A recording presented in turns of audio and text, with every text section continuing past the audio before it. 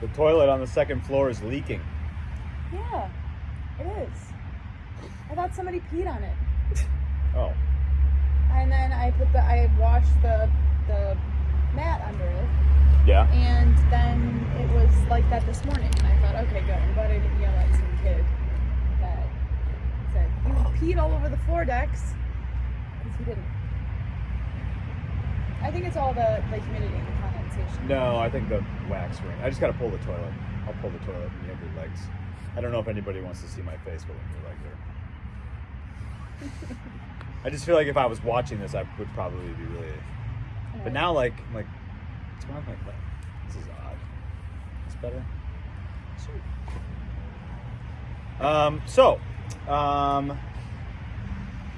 Welcome to the backyard. We're It's a beautiful night. It's a really nice night. It really cooled off. I'm wearing a flannel. It's nice. It's like fall, but not really. It's pink. Yeah, it is. Yeah. It's pretty. Yeah, it's a nice sunset. Got a fire going. And we're just sitting out back here. And I guess, are we going to talk? What should we start talking about? You were going to tell me about your day. Oh, well, I'll tell you about the first part. Yeah, so the first part, let's see. So I went for a run. And so I don't know if you're, okay, so I'm going to record this. And then, you might be watching it or listening to it at some point. And I'll probably listen to it later because I try to listen to that stuff. Yeah. It's actually really helpful because it's like a system for remembering the things that you said and then being able to build off that. It's actually really cool, because you just have to preface what you're doing on, you don't want to post something to YouTube without making sure it's good. So listen to it. I don't know, it's good. Anyways, so I went for a run, and I've been trying to do those running in the ghetto. It's great, right? You like it, you love it. Fine, whatever, you like it. But so it's I am, again, it's a system, right? Be aware. So I'm going to be aware when I'm running that I should be on the lookout for something that's odd, interesting, out of place, something that just doesn't fit. And so I have an idea, going down, because it's better to have an idea before you have to turn around. But so anyway, so I get this idea, and it's on there, and it's about this really cool. So it's about Hollywood Park. Did you see this at all? I don't know what Hollywood. Yeah. Is that where Monty got out? That's the park across the street, the really big park. Oh, the fountain. The fountain. Yeah, and the fountain with that's the Brookfield in the ghetto. Yeah. Yeah. So that that area. So okay. So remember when we were reading I don't even remember what the article was, do you? The article about that it's one of the worst places to live in Milwaukee. Remember that was it? Oh yeah. That's I know. Weird. Right? It seems super weird, right? Yeah. It's got a fountain. Yeah. And it's right across from a park, and all those Yeah. houses look really nice. Yeah. And they're definitely newer. I mean, our house is really nice, but it's old. The toilet. Yeah. Okay, I just told you the toilet's leaking because the house is 120 years old and 115 years old, and the stack moves or has moved over time. Whatever. So it leaks. So I gotta fix it. I'm gonna fix it tomorrow or Wednesday, or I'll just fix it. I'll fix it. Whatever. That's not the point. So I'm there, and I'm thinking, okay, that's gonna be my running in the ghetto, is about that neighborhood. And it was, because what happened after that was a little too much to put in one of those. So I'm running down there, and do you know the place I'm talking about? It's got a motorcycle, so it's like a condo, it's I think the projects, maybe? I don't even know if I'm saying that right, the projects? You're saying it right. I don't know that Milwaukee has projects, but I could be totally wrong. But you know what I'm talking about? It's... Yeah. I don't know the exact motorcycle you're talking about, but I know the general. If you're going down 6th, going down the hill. Yeah, going down the hill. Yeah. You're almost at the bottom, or you're at the bottom. Okay. No, you're on the hill. I don't run there enough, so I don't have it memorized like you. But I do run there all the time. And I do have it memorized. And that motorcycle I have not seen that motorcycle move in the entire time, the year and a half I've been doing the same route. So the motorcycle's there, and I'm running back, and I was actually going to do a post on, there was 3 City of Milwaukee vans with City of Milwaukee employees in them. And as I'm going past the window where I like hype myself up, which is odd that I Why you feel like like, yourself? I don't know, because I got low self-esteem. It's fine. So I'm like right there, and so I'm at the end of the route. I hype myself up. It's like, you're awesome. You can do this. And I run back, and then as I'm there and like hyping myself up, I look down, and there's like a ton of trash in one of those storm grates. Yeah. So, and it's at the bottom of a big hill. So clearly, like, trash is like flowing Yeah. down the hill because it rained a ton. Yeah. And it's now like on top of the storm grate, which Yeah. is good because it's not going back into the lake or the sewage treatment plant. Yeah. So I'm looking at it, and I'm like, okay, somebody should do something about that. And then I look up, and like, first off, I'm like, I guess I could pick it up. Yeah. I don't know why I'm being selfish right now. I could just pick it up. Yeah.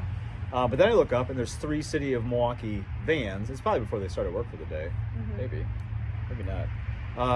And there's guys in them, and they're just waiting for something. And I'm not saying they should pick it up. I'm thinking that like there should be that'd be a nice job for somebody. Yeah.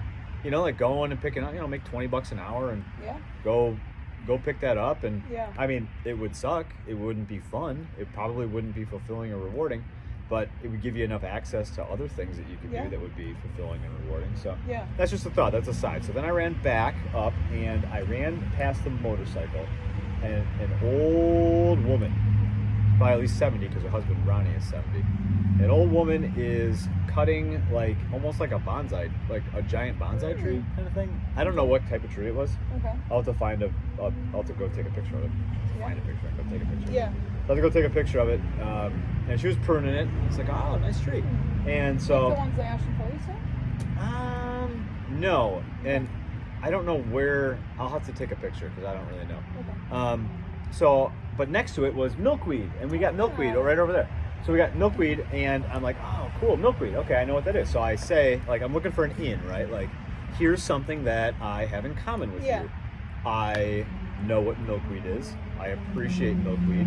I'm going to compliment you on your milkweed and say that your garden looks beautiful. Because it actually did Yeah. look really, and I mean, it did. It looked really nice. Not Mhm. actually, but like, it actually did look really nice. Yeah. So, I say that, and she's telling me like where the tree came from, and like she nurtured it for 30 Oh, years. wow. Because I later found out that they had lived in that apartment for 22 years. Wow. They lived on the block for 47 Wow. years. And there is, oh my God, this is going to be many conversations. We probably should just have one right now. So as I'm talking to her, her husband comes up and asks me if I want to buy a motorcycle. And you're like, yes, I do. And I've I'm like, been thinking about it. I'm thinking, I don't really want that motorcycle, but now I'm kind of actually like, maybe I would. Maybe I would take. Ronnie's motorcycle. Actually, geez, I probably would do that. Anyway. All right, don't get me going on that. So he comes and asks me if I want to buy a motorcycle, and here's what I'm thinking, because I'm a racist asshole. I'm thinking, oh, is he like gonna like try to sell me something? Like, I was just trying to be nice. I really need to be a better individual. This is an aside. Like, I am thinking not positive about what's about to happen. Like, I don't really want to get in this whole like conversation about him like selling me a motorcycle or Yeah. I don't know. It was not a 10-second thought. It wasn't a 5-second thought. It was a half of a 1-second thought of, Yeah. I'm gonna have to deflect whatever he's trying to say to me. And that happens. That happens to all. I mean, did that happen to you? Like, that was basically what you were telling me about. You guys don't know this, but she was telling me just before about Yeah. a person that had asked her for money for Adult diapers. And me and Dex had just sat down on the swing at our coffee shop, and Dex was all excited because we're sitting in the swing, and he's been wanting to sit on the swing, but everyone's sitting outside, so there hasn't been available. So we go to sit down on it, and there's a guy that comes up to us just as Dex is like taking a bite of his big muffin, and he asked if I had any money for adult diapers, and I told him I did not, and said, I'm sorry, I don't have any cash. It's coronavirus. I'm not carrying any cash around with me because people are only taking cards.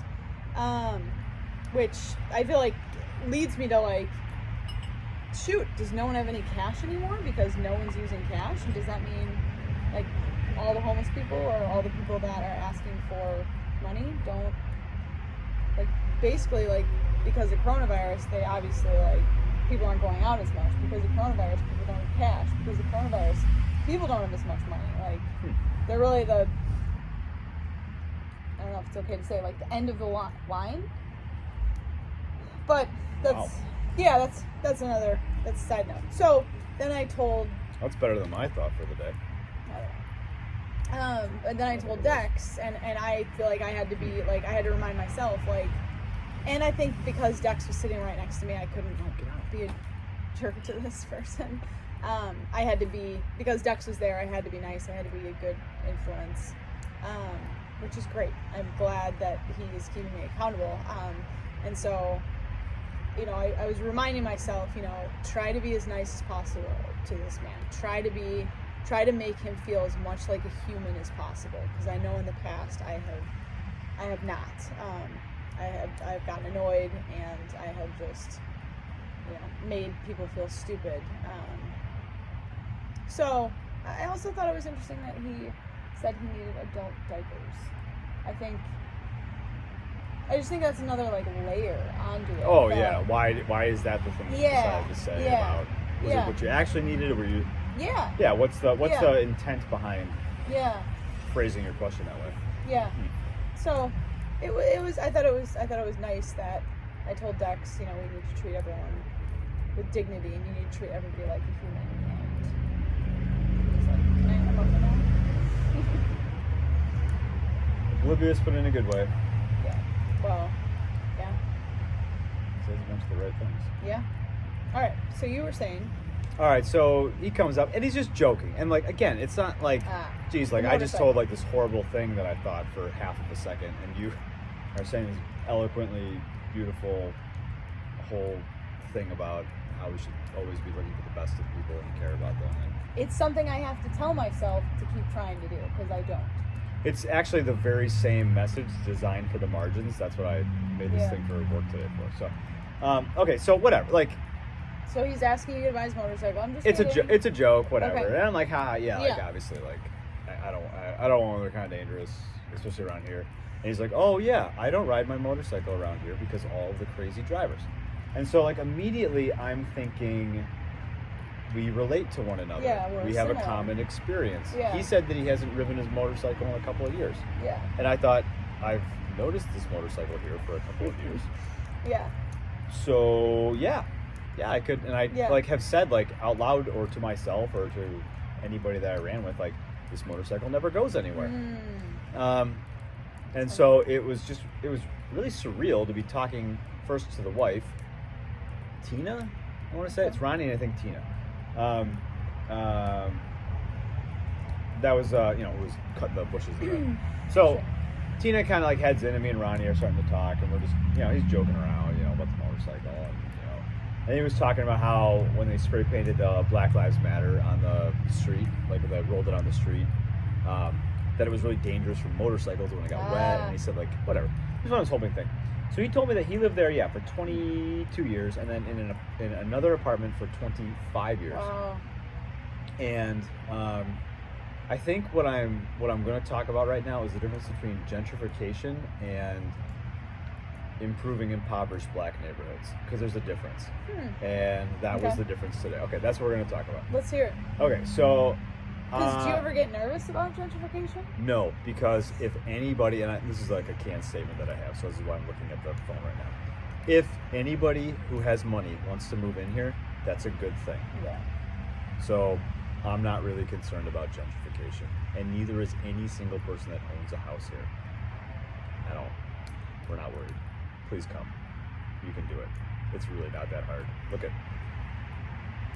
it's easy. Anyways, gentrification and like just living in a black neighborhood. Is that what we're talking about? Like in poverty? Yeah. Okay. So like that's the theme though, right? Like do we want to hone that in for a second? Yeah, let's hone it. Okay, so gentrification versus Like, what's the other act? Like, it's like a selfless real estate decision. It's like a... Yeah, that's what you've said before. Yeah, I know. I wish there was like a better way to describe it. Maybe somebody, if you're listening to this right now, maybe you can have a better idea. So it's gentrification versus...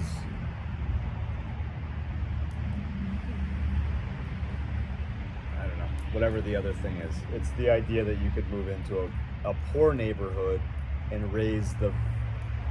Okay. Raise the... everything. Like the quality of life. Like it really is raise the quality of life because of the access to resources. Okay. So it's like gentrification or choosing to lower your quality of life in order to help other people raise their quality of life. Whatever you want to call that. Okay. So he lived... I have a question. Yeah. So why would people that are...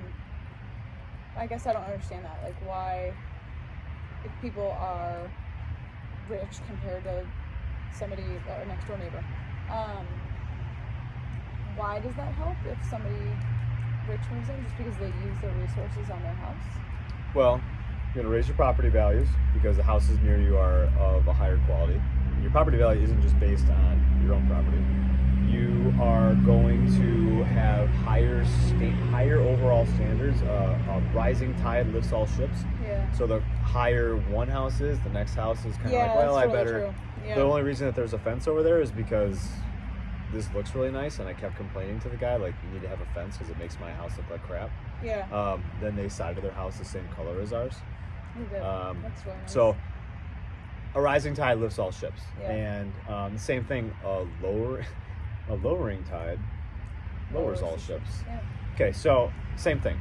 Sure. So that's the one end, and the other end is what I want to talk about right now. So he lived there for 47 years. The first 25 years he lived in an apartment complex that was now a vacant lot. Okay. And it was directly across from where we were standing at the doorway of his apartment. So for some reason, 22 years ago, it was decided that they should, or whatever, demolish his apartment complex, and he moved into a new apartment complex across the street. Okay. By the way, I should tell you about this guy. He's retired. He has, as we're talking, he has a brand new car, but rents an apartment. And that isn't anything against Ronnie. It's just a statement of fact that existed. Yeah. Because I have a feeling when I have another conversation with him, I'm going to get the next nugget in the story of his life and the injustice that played out, because I felt like his life was deeply altered. His pathway was deeply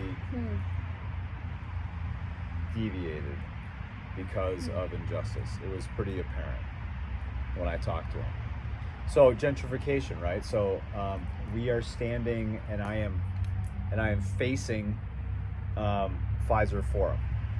I'm a block and a half away from the brand new whatever $100 million Bucks stadium, which I think is fantastic. I think. Now I don't actually know. You've been in it though. Yeah, it's awesome. It's amazing. Yeah. I'm really glad it's there. I really like it. Yeah. I'm wondering, like, well, did this have a negative effect on Ronnie? And like, do I support this or? So we keep talking, and he's talking about how, oh my God, he's talking about how, you know, lived in the one place for 25 years. Now he's across the street 22 years. And that was the very first instance in the next, we talked about 45 minutes. At that point, we'd probably been talking about 10.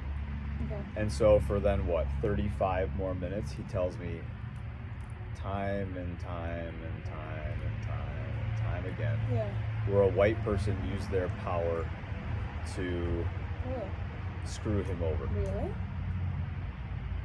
Huh. But he does it in a way that isn't... Yeah, like, did you feel like stupid? No.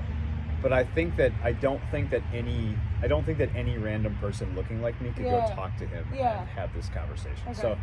So it's not like a suggestion to go do that by any means. It's more like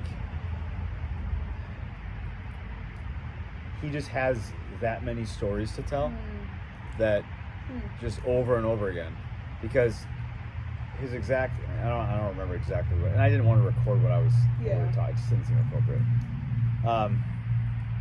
So we're standing there, and he's I'm asking like, hey, like, you're gonna be like, I assumed it was a condo first of all, because that bike had been there for so long, and I'm like, well, like, you don't have like long-term renters like stay for I've seen this bike the entire time it's been there. Like, I see this motorcycle. It's like a Honda Goldwing. It's brown. It's got like big speakers on the back.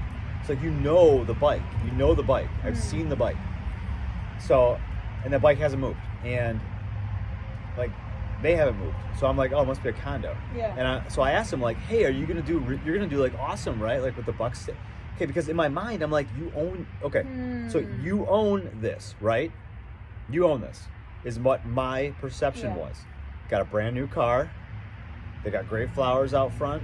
You own this. It's gonna be awesome. Like, this Buck Stadium is like, you can like see it. Like, it's amazing. It's like prime real estate. You can see it. And he's like, oh yeah, it's just another way the white man's gonna fuck me over. I can stand in my front yard and spit on the Pfizer, and I can't buy a fucking ticket to get in. And I'm like, I'm like, what are you talking about? You know what you need to do? You need to take Ronnie to a Bucks game. No, I would do that. I really like him. It reminded me of old Robert. You, Dex, and Ronnie go get some Stone Home tickets. Go to a Bucks game. I don't know that he would like that though. Would he? Yeah, I don't know. All right, so keep going. I don't know. Yeah, and that's a great question. Like, would you like that, or do you see that for? Yeah. Okay, so and then he goes on to tell me that it's probably gonna get sold, and look, this is not his apartment. Yeah, his apartment complex. So it's actually an apartment that he's lived in for 22 years, by the way. So 22 times that many months means that person made that much money. If I could have a tenant live there for 22 years.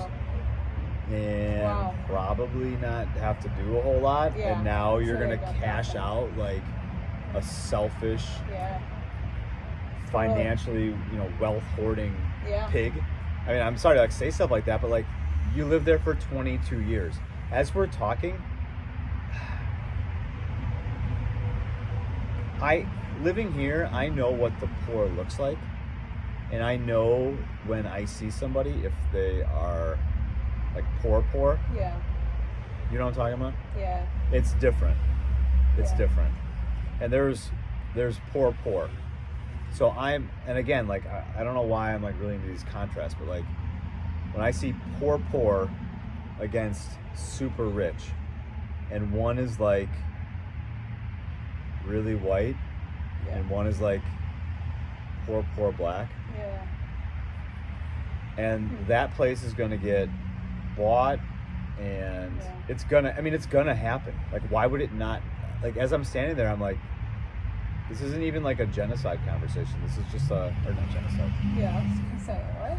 Gentrification conversation. Okay, yeah, that makes more sense. I was thinking, wait a minute. I almost said that before, and in some ways, I don't know if those two things are the same. I don't know, maybe that's it. Gentrification is genocide. That's probably not true. I guess we probably should put that on t-shirts or something. No. But yeah, like, just like, that's gonna happen. Yeah. His apartment that he lived in for 22 years is going to be torn down. He's going to be displaced, which so he's 70. So at 70, he's going to be displaced. He's going to have to move. The garden that the wife had planted. I would be so mad. How many? I feel like we need to help move that bonsai. I mean. Or whatever, whatever it is. Yeah. She nurtured it for the last 20 years. Yeah, that actually makes me really, really upset. And so listen to this. And it's just going to get plowed. So listen to this. What? There are 12 Thank you. comma 200. There are. So again, like I'm just like, oh my god, like. Wait, and this. there and what? keep in mind. Wait, what are you saying? Keep in mind. There are probably 4 or 5 different ways that this conversation could have gone tonight, and just because of the things that he told me, there are 1,200 people that live there. In the apartment or In all of the complexes, because there are a ton of them. There's enough to house 1,200 people. And what color do you think all of those people are? Yeah. And are they rich or kind of in the middle of something here? Get bug spray on my. Get bug spray on my thing. Thank you. Sure. There's a mosquito on my hand right now. Yeah. Okay, so there are 1,200. So there's 1,200 people that live there. So now he's in good shape. Yeah. And he's a smart guy. Can you imagine what it would be like to know that 1,200 of your neighbors are going to be displaced? Wow. And many of them don't know where to go. So he, Or like so he listen. So the two people. So I saw 2 different people. Mm-hmm. No, 1, 2, 3. So I 3 different people, but I think 2 were like together. Leave the apartment complex. They were poor. He was not, but they were. Yeah. And I don't know this for a fact, but if I ran up 0.8 miles or whatever it is to Hollywood Park, Yeah. which is super nice, and was like, wait a second, this doesn't make sense that this is the worst place, like one of the worst places in Milwaukee. But like they're probably in the same, Yeah. like, I don't know. There's 1,200 people there. I'm not saying that we do anything differently or whatever. I'm just saying this is what it is. I'm not making a statement about we shouldn't tear those down. I'm not saying that. Yeah, but if like they could get some revenue from like what the Bucks are bringing in, you know. Like, I don't think. Okay, so I guess maybe Giannis wants to. He's a helpful guy. I think that there's a way to do this right. This is the genocide. This is the gentrification argument. Because you can do one or the other. Like, it can be gentrification or it can be like something different. And so, like, yeah, what is the So how would you do that kindly? So how is this different than white flight? I guess it's opposite. I suppose I guess gentrification would be the opposite of white flight. Somebody probably knows that. Yeah, that would make sense. I always like it when we don't know something we should probably know. Yeah, and even I just said that wrong. So. Yeah, and I said genocide like 3 times. Well, okay. I guess that was just what we were thinking about. So I think, maybe the crux is wait, did we just come up with like the slogan is like there's a right way to do gentrification and a wrong way? Because it's inevitable that place is going to get turned over. I mean, God, like that's horrible to say, but like it's extremely valuable real estate. Like the owner of that apartment complex is not in a good spot right now because he has to decide, am I going to hold on or am I going to sell or what am I going to do? Yeah. And what am I going to do? Displace 1,200 people? It's probably not one owner. It's probably a bunch of different owners. Yeah. Those are tough questions. How do you do that equitably? Hey, here's an idea as we wrap up here. Yeah. If you can figure out a way to do that equitably, you win. Yeah. That would be great. Yeah. Somebody should get on that. You should do it equitably. If you want to know more or talk more about how you could do that, I'd be happy to get on a Zoom call with you. Meg will be there too. and hopefully my dinner won't have bug spray on it. So, all right, you got anything else you want to say? No. Love you. Love you.